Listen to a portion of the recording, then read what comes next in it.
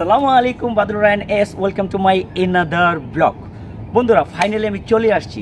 2-3 দিন ধরে ভাবছিলাম যে সৌন্দর্য একটা পার্ক হয়েছে ঢাকা থেকে খুব নিকটে, যার নাম হচ্ছে সুবর্ণগ্রাম। সত্যি এসে আমি খুবই এক্সাইটেড বন্ধুরা। আমি আসার আগে ইন্ট্রোটা দেওয়ার আগে মোটামুটি অনেকগুলো ঘুরে ফেলেছি অলরেডি, ইন্ট্রোটা খুব পরে দিলাম, কিন্তু এসে দেখলাম যে আমি যা চাইছি তার চেয়ে ব্যতিক্রম। এত সুন্দর, এত লিটল ক্লিন একটা পার্ক, এটা প্রথমবারের মতো আমার চোখে পড়েছে বন্ধুরা। আমি অনেক জায়গায় গিয়েছি কিন্তু এত সুন্দর, এত পরিষ্কার, এত পরিপাটি পার্ক আমার চোখে পড়ে নাই। সো বন্ধুরা আজকের এই ব্লগটাই সুবর্ণগ্রাম পার্ক। অনেক কিছু রয়ে গেছে এখানে অবস্থান করছে, আমি টুটার ডিটেলস এবং কিভাবে আসতে হয়, কোথায় কী করতে হয়, সকল কিছু তোমাদের সামনে তুলে ধরবো। সো আর দেরি নয়, চলো আমরা ঘুরে ফেলি টোটাল একসাথে, এক নজরে দেখে ফেলি Subarnagram park. So let's move.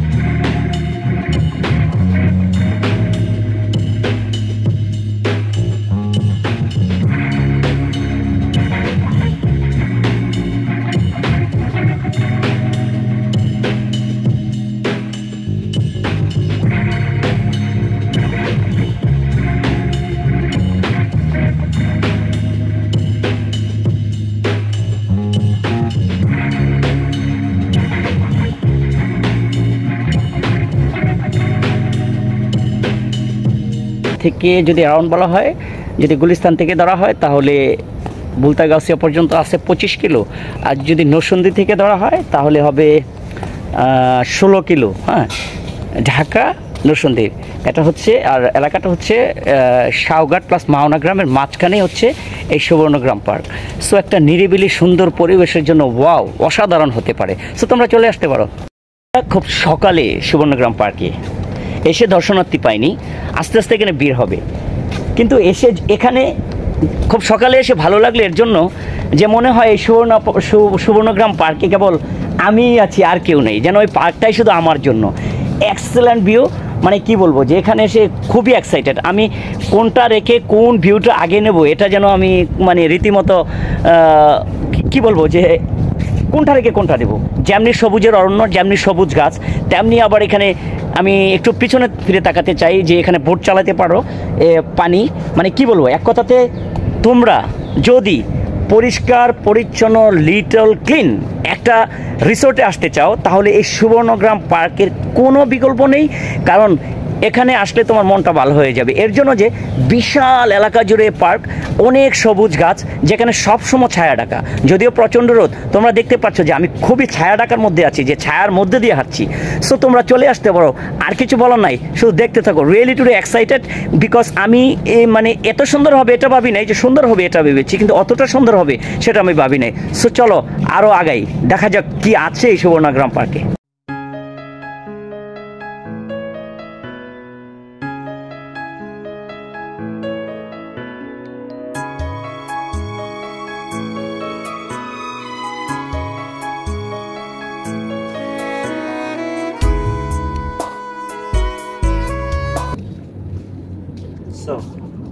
আমি হাঁটবো, কিন্তু হাঁটতে হাঁটতে যখন এত সৌন্দর্যগুলো চোখে পড়ে ওখানে আমি থমকে দাঁড়াই। মানে বাংলাদেশে অনেক জায়গাতে আমি গিয়েছি, অনেক জায়গাতে আমি ব্লগ করেছি, কিন্তু সুবর্ণগ্রাম পার্কটা একটু ব্যতিক্রমী, কারণ এখানে বিশেষ করে যে একটা আধুনিকতার ছোঁয়ার মধ্যে আপনি সব কিছু পাবেন। এখানে যেমন আছে গ্রামের স্পর্শতা, শহরের স্পর্শতা, বিশালতা, মানে সব কিছু মিলিয়ে অসাধারণ একটা পার্ক এই সুবর্ণগ্রাম। এখানে কি নেই, আপনি একটা ট্রেন যে চলবেন তার ব্যবস্থা আছে, আপনি বোর্ডে চলবেন তার ব্যবস্থা আছে, আপনি ঘোড়াতে চলবেন তার ব্যবস্থা আছে। সো কি বলবো যে রিয়েলি এক্সাইটেড বিকজ আমি এত সুন্দর পরিষ্কার, যেটাকে বারবার বলতে হয় যে পরিষ্কার এত সুন্দর আমি কখনো পাইনি। সো আমি ফাইনালি কর্তৃপক্ষকে আমি খুব একটা থ্যাঙ্কস দেবো যে তারা মানে পার্কটাকে এই এই সুবর্ণগ্রামটাকে খুব পরিপাটি, খুব পরিষ্কার পরিচ্ছন্ন করে যে রাখে, এটা কিন্তু একটা বিশাল মানে উদাহরণ হতে পারে বাংলাদেশের অন্যান্য রিসোর্টগুলোতে যাই, যেমন কি হয় যে একটু অপরিষ্কার হয়, তারপর একটু নোংরা থাকে, সেই দিক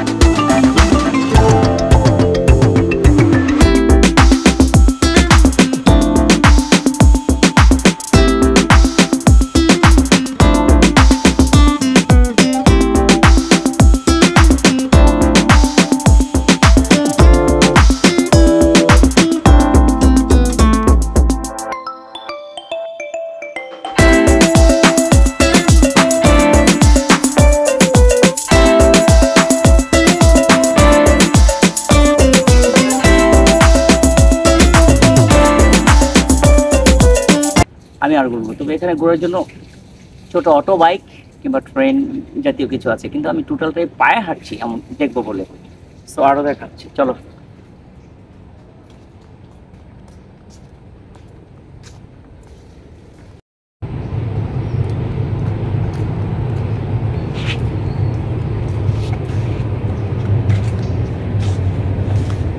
ওহ, এখানে এক্সট্রা এসি কিংবা ফ্যানের দরকার নেই। তার বিশেষত্ব হচ্ছে আপনি সুবর্ণগ্রাম পার্কে ঘুরতে আসলে আপনি ক্লান্ত হবেন না। কেন ক্লান্ত হবেন না জানেন? কারণ এখানে অনেক বৃক্ষ, অনেক গাছ দাঁড়িয়ে আছে, যে গাছগুলা প্রত্যেকটা দর্শনার্থীকে ছায়া দিচ্ছে। তারপর বসার জন্য অজস্র জায়গা, যে পুরোটা পার্ক, পুরোটা রিসোর্ট জুড়েই কিন্তু যে ওয়ালের পাশে বসার স্থান আমি যেটা দেখালাম, এটা ক্লান্তিবিহীন পথ চলা, ক্লান্তিবিহীন আপনি পুরো পার্কটাকে হেঁটে চলতে পারবেন। আর যারা একটু বয়স্ক আছে তাদের জন্য অটো বা এটা সেটা অনেক কিছু আছে। সো কি দেখাবো, আরো কিছু দেখার বাকি, চলেন।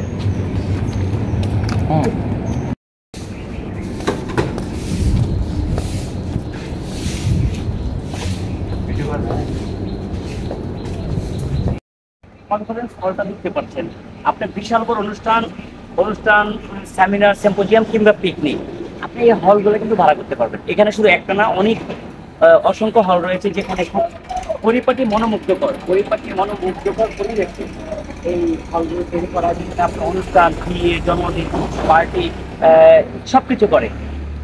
আপনি মনে হয় এখানে কাজ করেন না? এখানে কাজ করেন। এখানে দর্শনার্থী বিশেষ করে কবে হয় বেশি? শুক্রবার শনিবার বেশি। ও, এখানে আপনি জব করছেন? হ্যাঁ, তো অসাধারণ, মানে কি বলবো, অসাধারণ সৌন্দর্য একটা হল আমি তোমাকে দেখাই করে। সবাই চলো।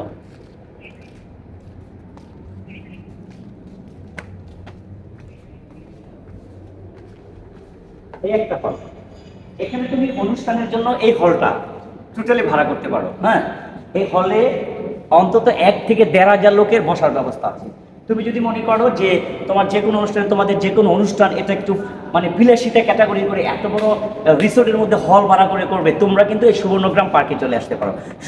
সুবর্ণগ্রাম পার্কে শুধু ঘোরার ব্যবস্থা নাই, সুবর্ণগ্রাম পার্কে তুমি বিয়ে, অনুষ্ঠান, যে কোনো প্রোগ্রামের জন্য তুমি হলগুলো নিতে পারো। অসাধারণ সুন্দর হল, এখানে বিশাল ভিড় থাকে, একটা সিজনালিটি। এখানে এসে বিভিন্ন ঢাকা থেকে বিশেষ করে বড় বড়, এখানে আমি দেখেছি যে অনেক পিকনিক হয়, যেমন আমাদের পুলিশ প্রধান থেকে শুরু করে, আমাদের স্বরাষ্ট্রমন্ত্রী থেকে শুরু করে, চলচ্চিত্রকার, বিজনেস ব্যবসায়ী সবাই কিন্তু এই অনুষ্ঠানগুলো এই সুবর্ণগ্রাম পার্কে করে থাকে। সো বন্ধুরা, আরও আছে, চলো।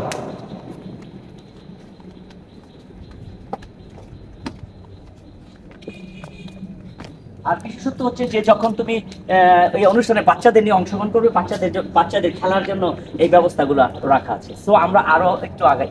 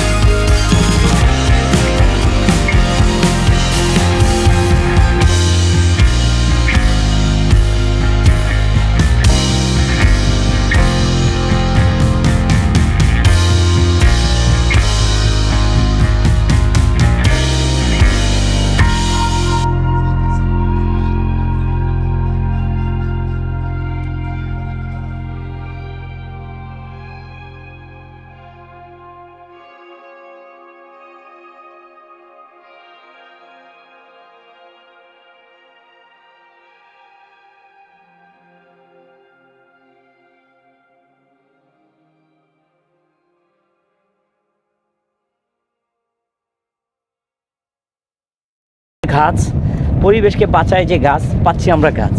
সো এখানেই বিশেষ করে বিশেষত্বটা। আমি বাংলাদেশের অন্যতম সরকারি যে গার্ডেন, বোটানিক্যাল গার্ডেনে আমি গিয়েছি।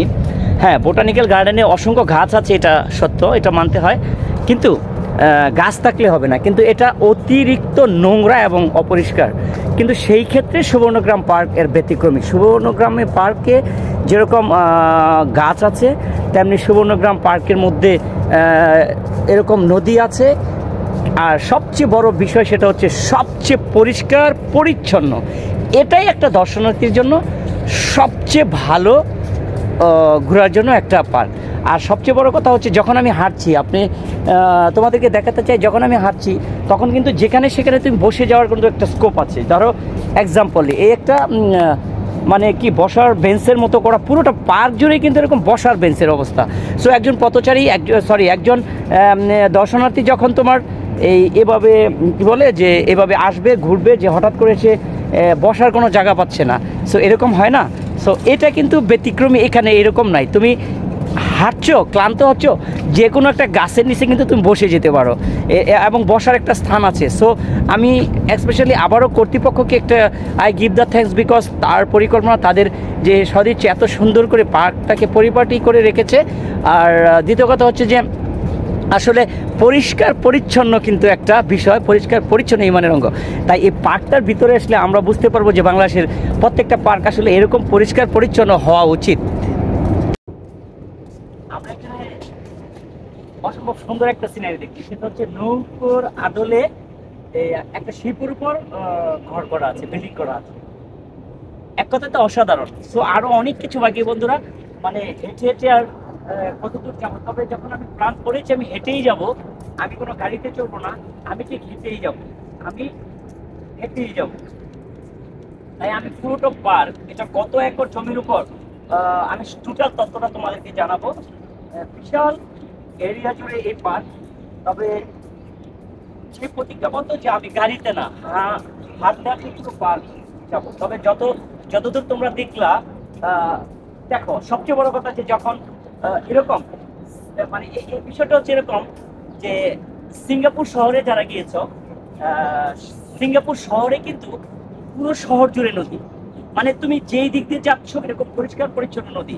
সো এইটা হচ্ছে এরকম যে মানে পুরো পার্ক জুড়ে একটা মানে ছোট্ট নদীর মতো। তো এখানে সবচেয়ে বড় বিষয় হচ্ছে যে পরিষ্কার পরিচ্ছন্নতা দিক দিয়ে তারা এক নম্বরে আছে।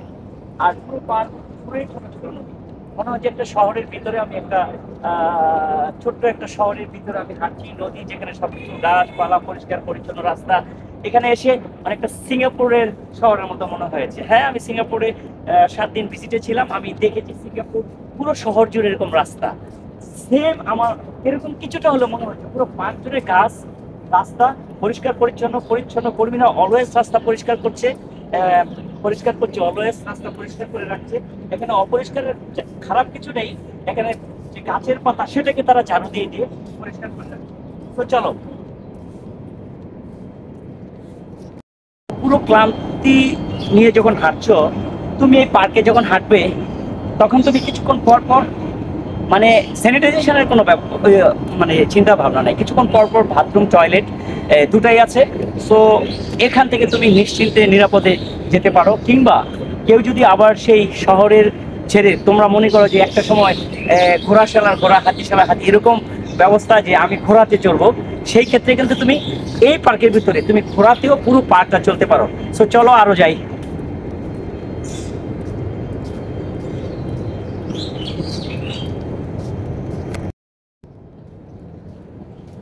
দেখো অসংখ্য ঘোড়া, যে খুব মানে স্মার্ট ঘোড়া, যে এগুলাতে চড়ে চড়ে, পাগলা ঘোড়ার মতো এগুলোতে চড়ে চড়ে তুমি কিন্তু ঘুরতে পারো। ঘোড়া রাখা আছে।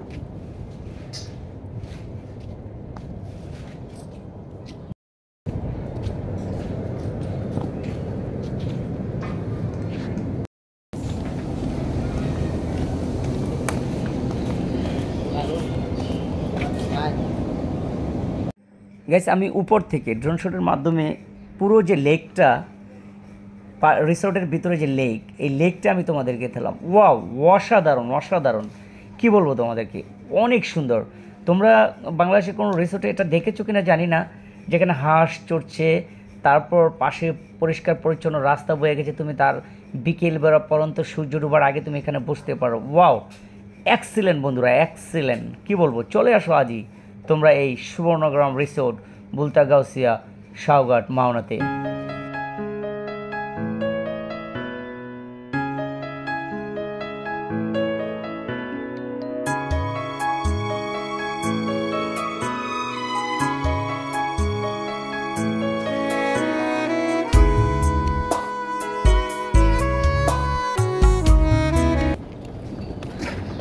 মানে দর্শনার্থী না সাথে যখন দুধারে ঘাস, মাঝখানে যে রাস্তা, কি বলবো যে আমাকে হাঁটতে ইচ্ছে করে। এই পথ যদি না শেষ হয় তবে কেমন হবে তুমি বলো তো। সত্যিকার এই পথ শেষ হবার নয়।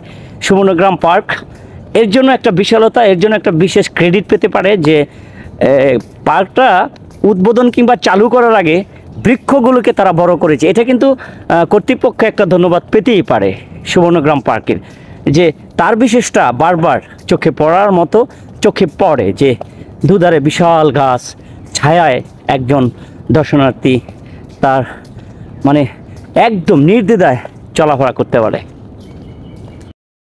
সুবর্ণগ্রামে আসার যদি কেউ ইচ্ছা করে থাকো কিংবা সুবর্ণগ্রামে আসবে, তার ফাঁকে আমি আবার একটু লোকেশন ডিটেলসটা বলে দিই।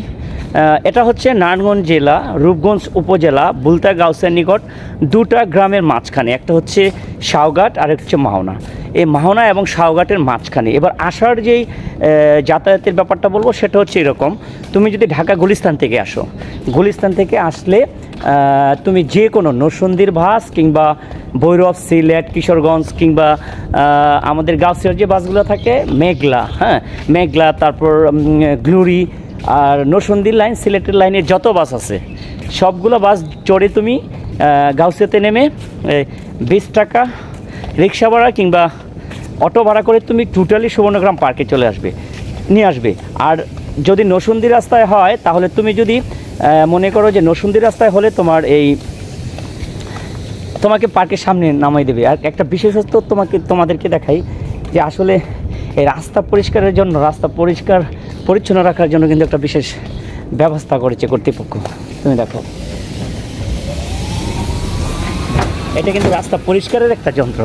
সেই কিছুক্ষণ আগে বললাম যে রাস্তা পরিষ্কার পরিচ্ছন্ন, আমি যেটা বললাম। সো তোমরা ঢাকা থেকে আসলে এভাবে আসবে। ঢাকা থেকে আসলে যে কোনো সিলেট, কিশোরগঞ্জ, মনে রাখবে সিলেট, কিশোরগঞ্জ, ভৈরব, ব্রাহ্মণবাড়িয়া, বুলতাগাউসিয়া, এর যে কোনো গাড়িতে, আচ্ছা গাড়ি আসার জায়গা তুমি গুলিস্তান থেকে আসতে পারো, আবার সায়দাবাদ থেকে আসতে পারো। আবার তুমি যদি সেটা উল্টো দিক থেকে আসো, সিলেট থেকে আসো, তাহলে তুমি সিলেট থেকে ঢাকার গাড়ির যে কোনো উদ্দেশ্যে তুমি বুলতাগাউসিয়া বললেই হবে। বুলতাগাউসিয়া নেমে তুমি কিন্তু যে কাউকে বললেই হবে শাওঘাট, মাওনা, সুবর্ণগ্রাম পার্ক।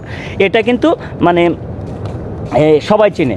সো যে কোনো রিক্সা, অটো সবাই কিন্তু তোমাকে এই পার্কে নিয়ে আসবে। সো বন্ধুরা, তোমরা যারা আসতে চাও, যারা আসতে ইচ্ছে করেছো সুবর্ণগ্রাম পার্কে কিংবা পিকনিক করতে চাও, আনন্দ হৈহুল্লা কিংবা যে কোনো অনুষ্ঠান করতে চাও, সুবর্ণগ্রাম পার্ক হতে পারে অন্যতম একটা রিসোর্ট, যে রিসোর্টটা হচ্ছে অত্যন্ত পরিষ্কার পরিচ্ছন্ন। সো এটা হচ্ছে একটা ডিটেলস। সো বন্ধুরা, চলো আরও সামনে যাই।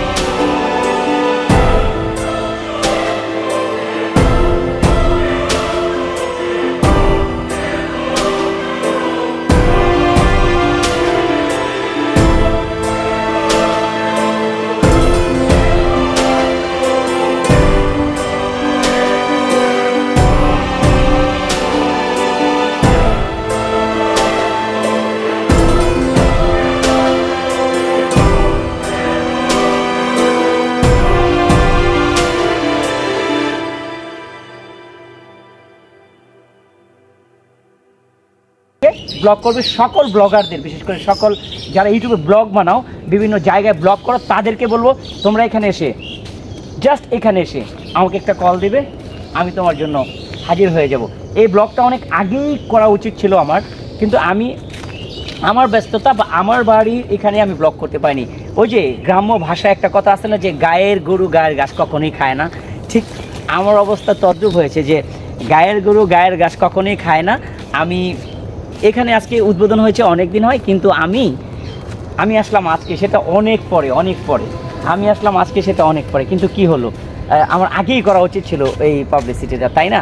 সো বন্ধুরা, ক্ষমা চেয়ে নিচ্ছি যে আমি পরে সেই ব্লগটা করলাম। সো তোমরা যারা আসবে অবশ্যই কল মি। চলো আরও সামনে আগাই।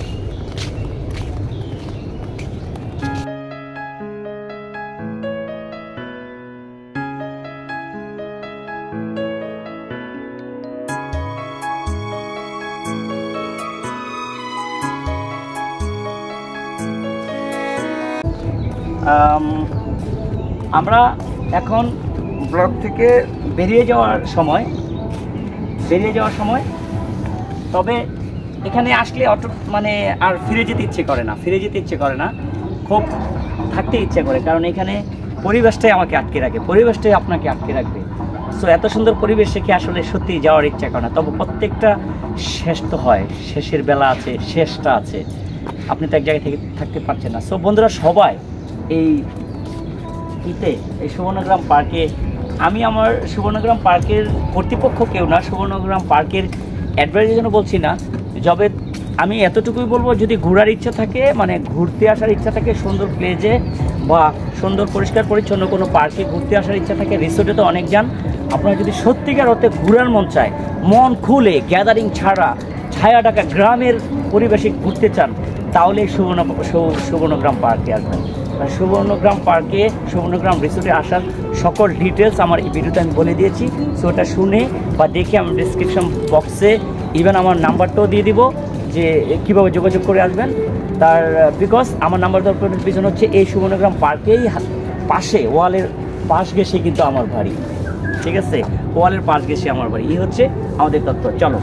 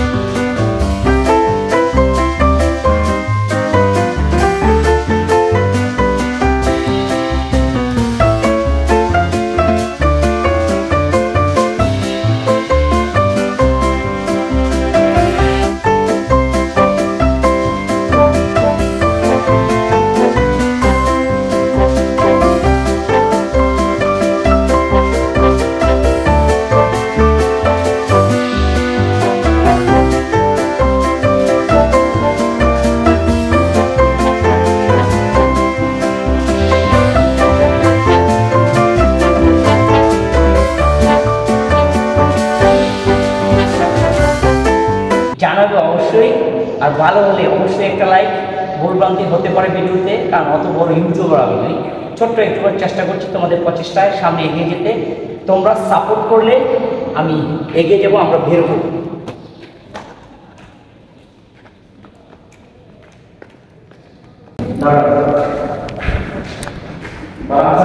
হ্যাঁ,